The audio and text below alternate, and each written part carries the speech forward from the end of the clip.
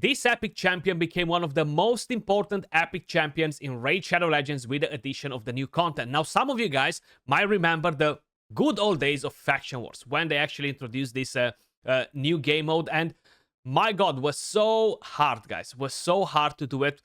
If you don't remember it, let me just quickly kind of like refresh your memory or make you aware of it. Faction War stages were the hardest content in the game. From stage 14 upwards, was almost impossible to beat them without spending hours and without having the most OP champions, okay? You just had to have a lot of crowd control, a lot of stun sets, and constantly retry that stage over and over and over again. Still, at the same time, most of the people will tell you that the most enjoyable content that we had in Raid Shadow Legends were Faction Wars. Well, now Plarium, they actually added a City of Sintranos, and of course, we do have something similar in here as well, especially in the Soul Cross area. There are actually quite a few stages where you really need to be spot on. I think stage 20 is one of them. Here you have access to a few legendaries, so in my opinion, is not as hard as the other ones. But this is a pretty annoying stage. I think the stage right here is pretty annoying too if you don't have Kyokus and Gamurans and other champions like this. But the most annoying one right here, guys, is stage 19. And I'm saying annoying not necessarily in a bad way, but just kind of like to understand what this stage does to people, okay? Because it drives people nuts. Only 20 plus people in the entire world managed to defeat this. 21 to be more specific. I'm going to be number 22 or 23. I was so close to do it today, guys, but I got messed up with the RNG, so I gave up because I didn't have the time to retry it today. It takes a lot of time to do this, you know? Probably that's why only such a small amount of people actually manage to complete this, because you need to invest a lot of time. The RNG literally needs to be on your side. But the one epic champion that it became one of the most important epic champions in Raid Shadow Legends is Morag, guys. Because she's so freaking powerful against the most endgame content in the game. This stage right here is the most endgame content in the game. The most difficult content in the entire game. Nothing else compares to this. All the bosses in the game will not compare to these guys, okay? Let me just put it out there. And Morag really, really helps you to make this stage slightly easier than it is, you know? I mean, I don't think easy goes well with this stage. Morag, with the A1, attacks one enemy 2 times, will ignore shield. She is a defense-based champion, and that's another plus for her, dealing damage based on defense. You can build her tankier and survive better. Then you have the A2, attacks all enemies, places a strengthen buff on all allies for 2 turns on a 3-turn cooldown. This actually deals a pretty good amount of damage. And then you have the A3, Raider Captain on a 4-turn cooldown. Teams up with 2 random allies to attack a single enemy. The allies joining the attack will always use their default skill. Grants an extra turn if any enemy is killed, which is very, very important too. The passive counterattacks when hit while under a strengthen buff placed by this champion. So this is actually very helpful. And how I mentioned, she became one of the most important epic champions because she really, really enables you to beat this stage. And if you are paying attention right here, Morag, Morag, Morag. Double Morag, Morag, Morag, Morag, Morag. All you see is Morag everywhere, basically, you know, because she's so freaking important for this stage. So what I want to show you guys is why she's so good. And honestly, I've been sleeping on this champion for quite a while. I didn't really had much of a use necessarily on my account for her. I know a lot of people use this champion because she is awesome overall. She's a strong champion, helpful for clan boss and other content. I want to show you why she is so important, and we're not going to try her only here. I want to try her in other content as well. But just to quickly show you guys why she's so freaking important, and before that, to understand that these champions are so tanky that are mind-blowing, okay? Taras has over 8.5k defense. They have a disgusting amount of HP. Same with Marichka. She has 260 speed. That's why this particular stage on the Soul Cross is the hardest content in the game, okay? And I'm not going to do a full run of these guys because if the RNG is not good, we're just going to waste 5-10 minutes in here, and then I don't have the time today to stay and do it. I definitely want to do a video on this stage, and the reason why I haven't attempted to beat it yet is because it takes a lot of time, and I really want to do a video on it, you know. So I'm not sure if I'm gonna get the time to do it tomorrow. Is the 31st, so probably no. But I'll try on the 1st and to put the video out definitely before the before the reset, you know. So I want to show you how much damage she actually deals in here, and that's why I explained you how much HP and defense they have, these champions. The RNG started awful. You kind of like want to land the stands on both of the Tarases. We have no defense down on Cetalia. Probably we're gonna weak hit on her as well, because why not? But check this out. Look at the damage on Marichka, guys. We almost took her down, literally. Almost took her down. So the damage is very, very good. Of course, on Taras is a completely different story. But I just kind of like wanted to show you why she's so important and how impactful she actually is on this stage, you know, because she's really, really solid. So right now we want to do this and then just go in and take down that Marichka. That's kind of like the next thing. You want to kill her as fast as possible. I don't even care about Taras here. Honestly, this stage is not the most annoying one. If you thought that this is the most annoying one, wait till you get to the next wave. Because on the next wave, you're gonna have Basatas, okay? Basatas that deal 200 times more damage than these Tarases, okay? These Tarases are pistol water guns, okay? Plastic water guns, because compared to the Basatas, they deal no damage. I don't know what they fed those Basatas with, even without having buffs, crit rate buffs or crit damage buffs from Krokmars, they deal so much damage that these Tarases, they don't even compare. So that's kind of like to get a grasp of how important is to have Morag on this stage. And how important is to have Morag, okay? Because we are talking about how important she became. So now that I kind of like showed you what she can do here in terms of damage, let me just actually take her in for a spin in different content in the game, because that's kind of like what I wanna show you guys as well. It's not all about that particular thing right there. If we're gonna go over to Arena, for example, you know, so in Arena, she will just melt characters. So right here, let's actually drop her. Let's keep Sifi in. Okay, I was gonna say, is that a fast Sifi or is not a fast Sifi? But seems like it's not a fast Sifi either. So recently used. Let's bring in Morag, and I do want to bring a speed lead just to reset her skills, and I kind of like want to have some sort of extra support for her. Maybe let's see, who else should we bring in. Let's bring her. That should give us a bit of shield and what we need in here. Okay, double stone skin as expected. So let's drop a nuke. Hopefully Tranda is not gonna get a weak hit though. Boom, she went down. That's fine. So we're gonna reset now and let them revive. They will revive. Is nothing I can do about that. We're gonna buff again. Okay, so they have no more stone skin now, and we're gonna use the nuke again. We took that Tranda down. Now we can do a bit of work with that Kaimar, and after I'm gonna use the ally attack. I'm not in high platinum. She's not a platinum champion, guys. I'm not trying to say that Morag will destroy platinum arena or will just generally destroy everything in arena. No, but she's actually pretty solid. So she revived. Let's take Sifi down. She has more HP. Okay, almost took her down. But you know what? We killed UDK. We still gained an extra turn. So right now we can deal with that Tranda. So she will never nuke us, you know. And then we can deal with the rest of the revivers in here. Come on, Morag, baby. Bang.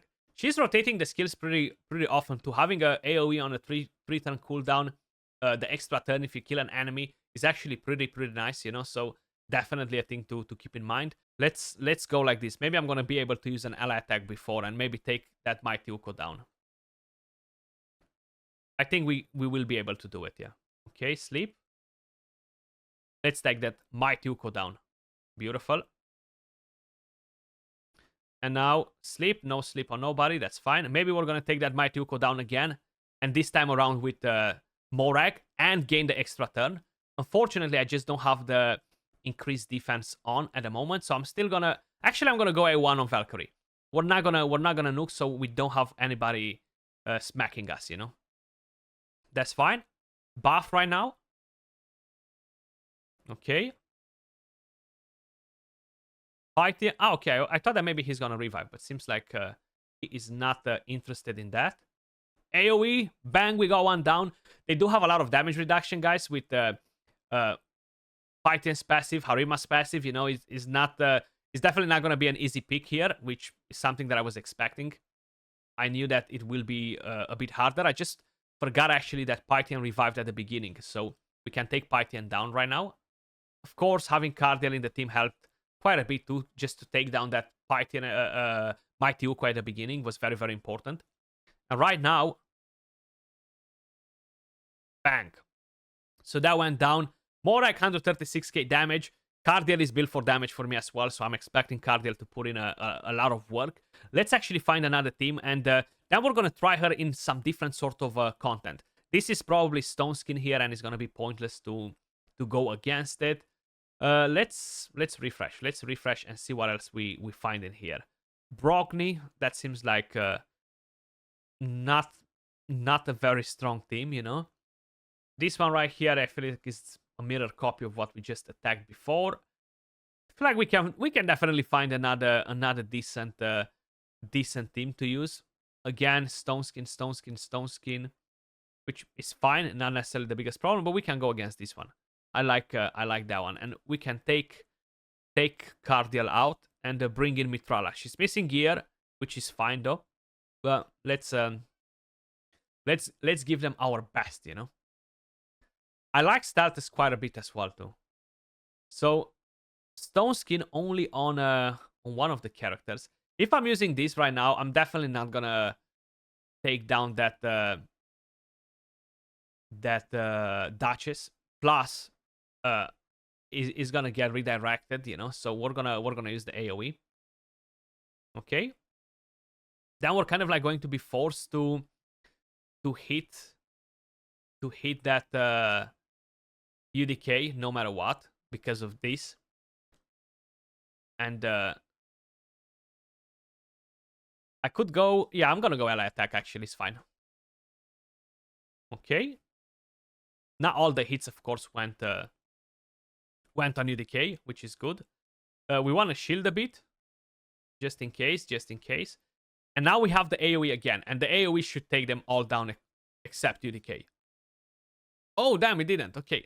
So he survived at the limit. Staltus at the limit. And Duchess too. So she should be able to revive right now. Okay, she didn't. Kaimar killed her. And there we go. So I'm not trying to say that Morag is the best arena champion or anything like that. I just kind of like wanted to try her out, guys. And honestly, she can put in some decent damage. There are plenty of other champions that can put better damage than her in arena. Don't get me wrong. But I still think she's useful in here as well if you don't have other better options, you know. We do have Marquez, I think, is a rare defense-based champion. She's probably one of the best defense nukers in the entire game. She's so good. So Morag put in some decent work.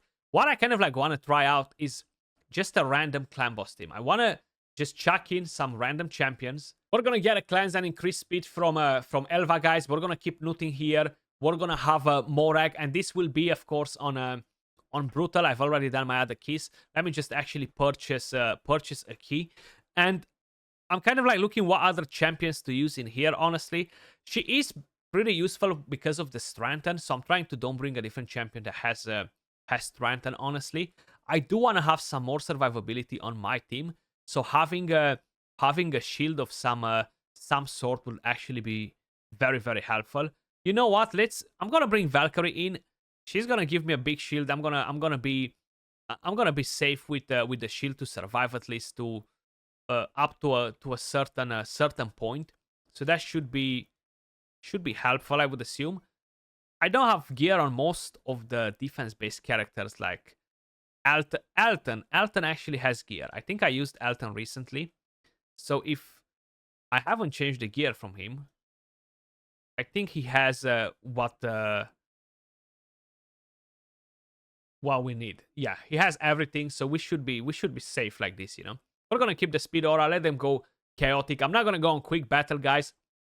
I have no presets whatsoever, but what I can tell you is that the strengthen buff from Morag will actually help the team to stay alive a bit longer. We're gonna get to counterattack when she gets hit while under a strengthen placed by her. I know I do have basically an increase a counterattack buff from Valkyrie, which will uh, make her counterattack anyway, you know, but just kind of like as an idea.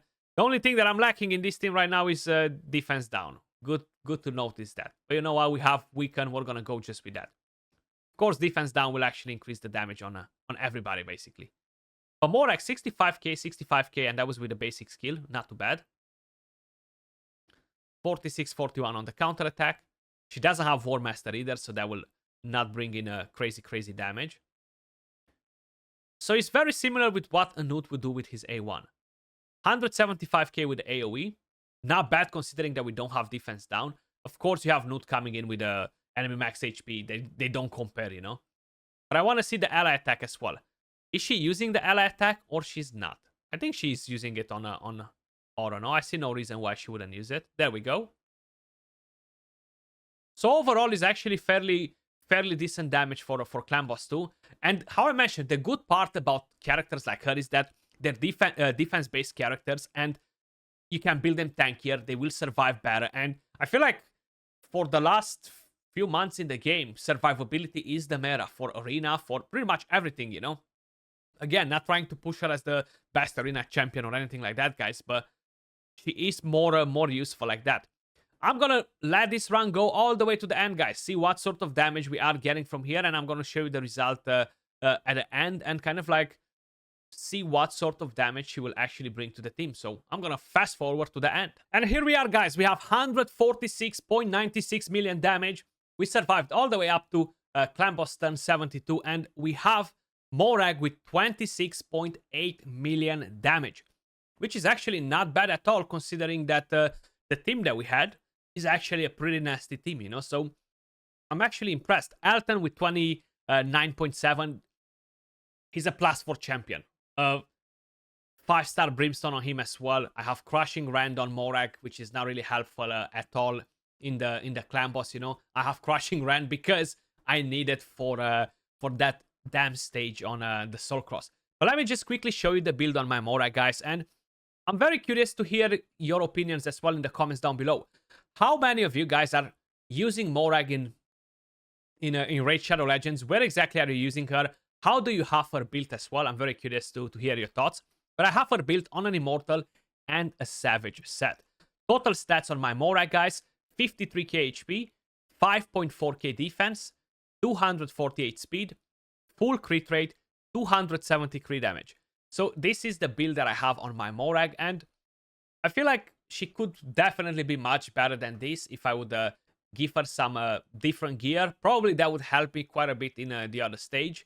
So I might actually change the Immortal set from her. I do want to have refresh accessories that make me drop a lot of defense. Just for that, please 5% happen, you know, to give me a refresh cooldown on the A2 or the A3 when I'm using it. I feel like it's just not happening, you know? So maybe I'm going to give her back the ring that I had before on her and just get 300 more defense. You've seen the total stats. Masteries, we have offense and defense. Helm Smasher as tier 6. All the way to Cycle of Revenge.